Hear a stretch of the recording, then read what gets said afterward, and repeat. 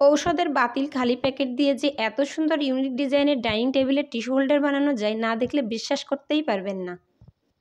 আসসালামু আলাইকুম সবাইকে। তো বরাবরের মতো আজও কিছু গুরুত্বপূর্ণ কিচেন টিপস নিয়ে আপনাদের মাঝে হাজির হয়ে গেছি। আশা করি আজকের টিপসগুলো আপনাদের অনেক অনেক ভালো লাগবে, অনেক কাজে আসবে। বিশেষ করে সাংসারিক কাজে অনেক হেল্প পাবেন আজকের এই টিপসগুলো থেকে। তো প্রথম টিপসে চলে যাই। রোজার মধ্যে তরমুজ কিনে অনেকে ঠকেছেন। তো তরমুজ কিনা থেকে আমি বয়কটে করেছিলাম। যার কারণে আপনাদের ভিডিওটা দিতে কিন্তু অনেক দেরি হয়ে গেল আমার। আর যখন তরমুজের দাম কমেছে তখনই কিন্তু আমি তরমুজটা কিনেছি। যার কারণে এখন ভিডিওটা দিচ্ছি।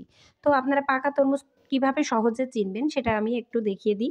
তো দেখেন, এই যে তরমুজের বোটা দেখলেই কিন্তু বোঝা যায় তরমুজটা পাকা না কাঁচা। তরমুজের বোটা যদি গাঢ় সবুজ হয় তাহলে বুঝবেন যে গাছ পাকা তরমুজ। আর ভিতরে কিন্তু লাল হবে, মিষ্টি হবে। আর এই বোটা যদি কালো বা হলদে কালার হয় তাহলে বুঝবেন সেই তরমুজটা অনেক আগে কাটা, এর ভিতরে মানে পাকেনি। আর এভাবেই কিন্তু ঠকে যায় না বুঝে। পরবর্তী টিপসে চলে আসি।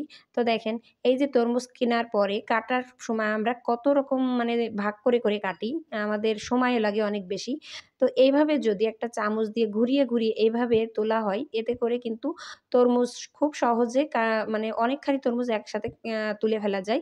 আর দেখতেও কিন্তু সুন্দর লাগে। বাচ্চারা খেতে বেশি পছন্দ করে। দেখতে আইসক্রিমের মতো দেখা যায় কিছুটা।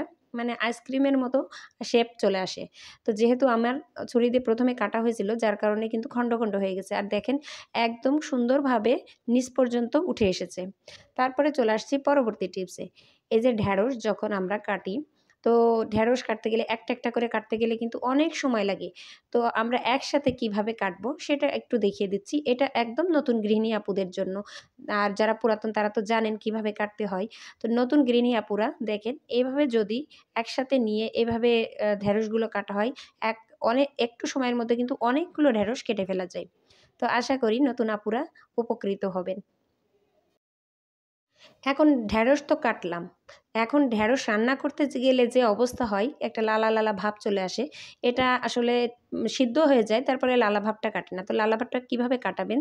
দেখেন, ছোট্ট একটা আলু নিবেন। সে আলুটা আরকি পিস, পিস করে এর ভিতরে দিয়ে দিবেন। যারা আরকি আলু খেতে পছন্দ করেন না, খুবই সামান্য পরিমাণে ছোট একটা আলু নিতে পারেন। আর এই আলু দিয়ে যদি ঢ্যাঁড়স ভাজি করা হয় তাহলে কিন্তু লালাটা খুব তাড়াতাড়ি কেটে যায়। লালাটা থাকে না। আর তারপরেও যারা আলু ঢেঁড়সের সাথে আলু নেন না, তারা কিভাবে এই লালাটা আরকি কাটাবেন সেটা আমি আরেকটা পদ্ধতি দেখিয়ে দিচ্ছি। তো দেখেন, আমি কিন্তু আলু দিয়েই ভাজি করছি। আমি সবসময়ের জন্য আলু দিয়েই ভাজি করি। তো এখানে ১ম এ একটু লালা আসে। তারপরে যে এখানে একটু ভাজি করার পরে এই যে একটু বেসন দিয়ে দিবেন। সামান্য পরিমাণে একটু বেসন দিয়ে দিবেন। আমি এখানে ১ চামচ পরিমাণ বেসন দিয়ে দিয়েছি। আর বেসন দেওয়ার পরে একটু নাড়াচাড়া করার পরে দেখবেন ম্যাজিকের মতো একদম ছাড়া, ছাড়া হয়ে গেছে। কোনো লালা, লালা নেই। তো বুঝতেই পারছেন আমি কি বোঝাইতে চাচ্ছি। তো এই দেখেন, একদম ছাড়া, ছাড়া হয়ে গেছে। এর একটার সাথে কিন্তু আরেকটা লেগে যাচ্ছে না। তো আসলে আমি আমার ভাষায় বুঝালাম আপনাদের। জানি না কতটুকু বুঝতে পেরেছেন।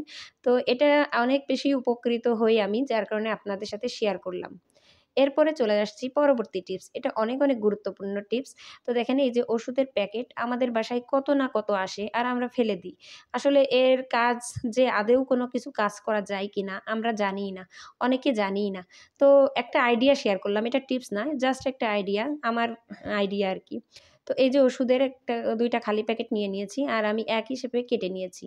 এখন এটা যাতে দেখা না যায়, আমি এর একটা মোড়ক দিয়ে আরকি আটকে নেব। তো মোড়কটা দিয়ে আটকে নিতে গেলে আঠা দিয়ে আটকে নেব। এতে এতে করে অনেক বেশি মজবুত হবে। তো আমার বাসায় যে ক্যাবিনেট করার পরে যে আঠাটা বেঁচে ছিল সেটা কিন্তু আমি আমার বিভিন্ন কাজে লাগাই। বিশেষ করে আমি এই DIY কাজগুলো করতে পছন্দ করি। তো এইসব কাজে কিন্তু লাগাই আর আপনাদের সাথে সেটা শেয়ারও করি। তো দেখেন আমি কিভাবে লাগিয়ে নিচ্ছি। তো আসলে যদি এটা আস্তে, আস্তে ভিডিওটা দিতাম, হয়তো বুঝতে সুবিধা হতো, কিন্তু ভিডিওটা অনেক বেশি বড় হয়ে যেত। আর বড় ভিডিও আপনারা পছন্দ করেন না। আমারও ভয়েস দিতে কষ্ট হয়। যার কারণে আমি একটু টেনে দিয়েছি। তো আশা করি বুঝতে পেরেছেন আমি কিভাবে মোড়কটা লাগিয়ে নিয়েছি। এখন একটা আ আরকি মোবাইলের যে বক্স থাকে সেই বক্সটা কেটে নিয়েছি। এখন একটু ডিজাইন করে আমি আরকি ত্রিভুজের মতো করে কেটে নেব। তো আগে একটু আ সিগনেচার দিয়ে আরকি দাগ দিয়ে নিলাম। এখন এই মোড়কটা দিয়ে আমি আঠা দিয়ে আটকে দিলাম। এখন দেখতে পেলেন কত সুন্দর একটা শেপ এসেছে।